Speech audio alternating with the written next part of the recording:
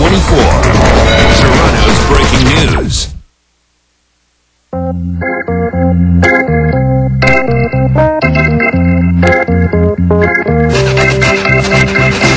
Welcome back to Pride Matters on CP24. Toronto Pride Week has kicked off and dozens of events are planned, culminating in the Pride Parade on July 4th.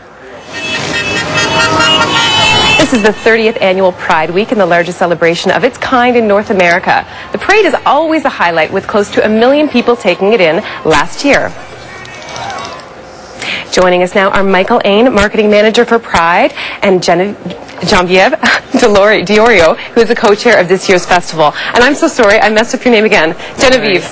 Yeah. Thank you guys both for being here. Thanks for having us. I think for many people who've never been to Pride, there's a lot of things that they don't know about it. So for people who've never been there, what is Pride Week all about? Well, for me, I find that Pride Week is about acknowledging our queer history. And also, for me, it's also about belonging. As someone who's been out since my late teens, this space is very unique to me, coming every year and being a part, and to feel that connection and that love that I don't usually feel on the other days of the year, really, you know. Give me a sense, from Michael, about like what people could expect if they don't know anything about Pride. I mean, it's a huge event. It is a huge event, and I think every year changes, and we do programming and events of all sorts. So what you come to expect at Pride is, of course, the centerpiece parade on July 4th. Yes. But throughout the rest of the weekend, we have everything from a street fair and marketplace, which gets the entire of Church and Wellesley packed. This year we expanded to Queen's Park, so we have a real sense of our historic elements of Toronto in it, and the city participating.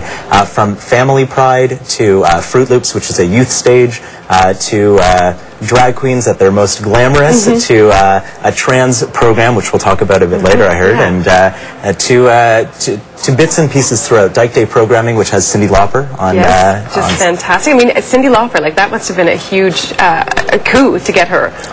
In the 30th anniversary, we've introduced an A to our acronym, which is for allies. Individuals like Cyndi represent a genre and a community of people who have supported the queer community from the start, from 30 years ago till now, and we appreciate it. So and it really is like a 10-day-long arts and culture festival. I think that's what some people misunderstand. They think it's all just coming to the parade, but well, the first day was today, and it was the first launch was the flag raising with Councillor Kyle Ray as well as Mayor David Miller, and that was wonderful to experience the flag go up.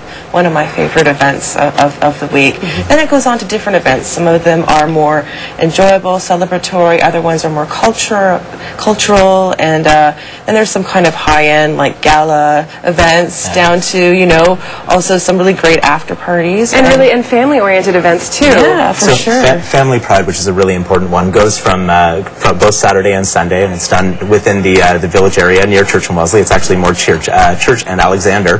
But again, the reason we have events like Family Pride at Pride is it is accessible to everyone.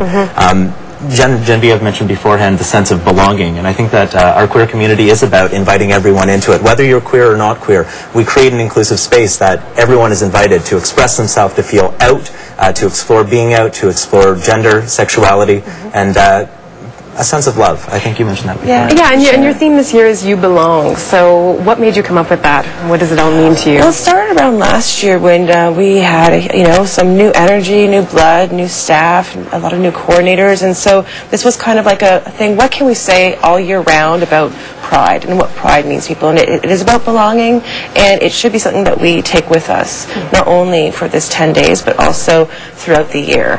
And I mean, when I look at the theme, it means a lot to me that 30 years have gone by, and we still feel see the value, and feel that this is important for us to celebrate each year.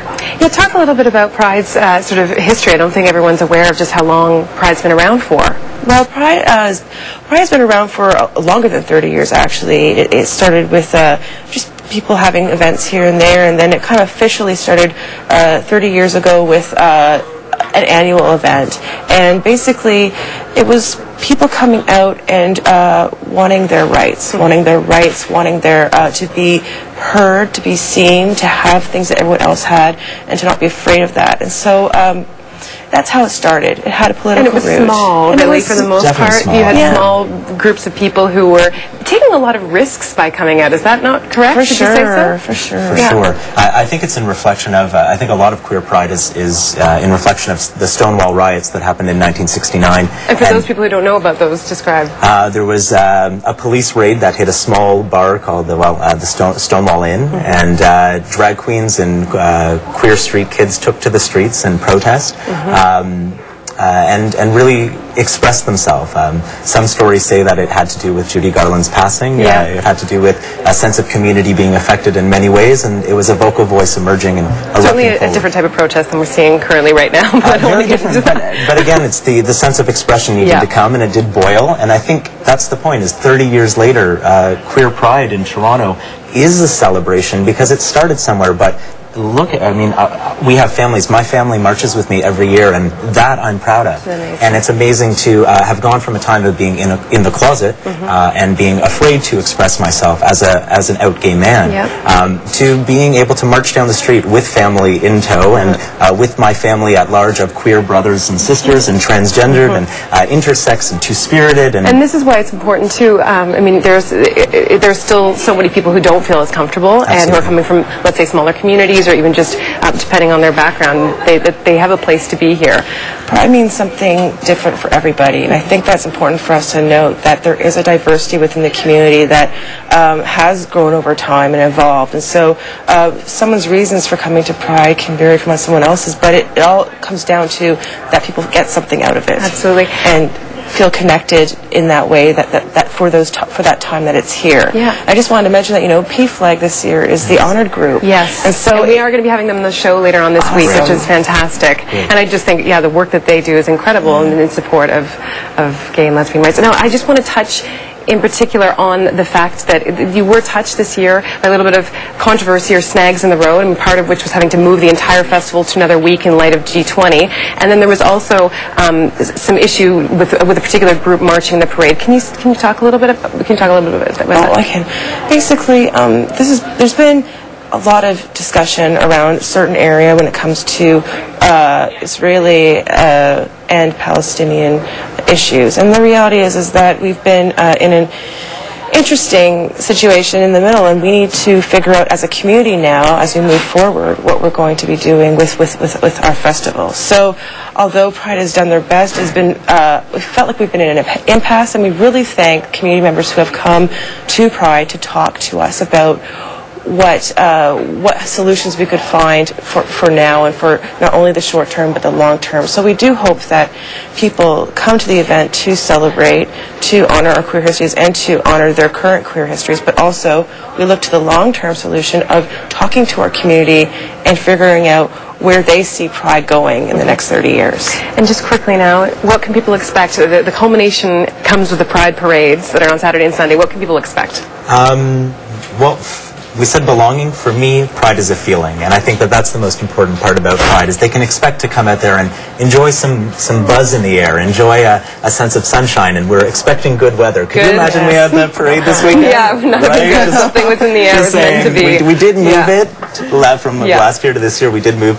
We now have the July 4th weekend, so we're inviting the American population to come up and participate with us. And I think what people can expect is a sense of entertainment, is a sense of wonder, is a sense of not knowing what to expect. A little bit of spectacle, a little bit of theater. Well, thank goodness for our grand marshals, and you'll learn more about them very soon. They're going to be on the show in a little bit. Yeah. Thank you so much to Michael and Genevieve for coming on the show and joining us and talking about this. It's been a pleasure. Thank you. Coming up next, the controversy that threatened to derail this year's Pride. We'll get into a little bit about that coming up next. Stay with us.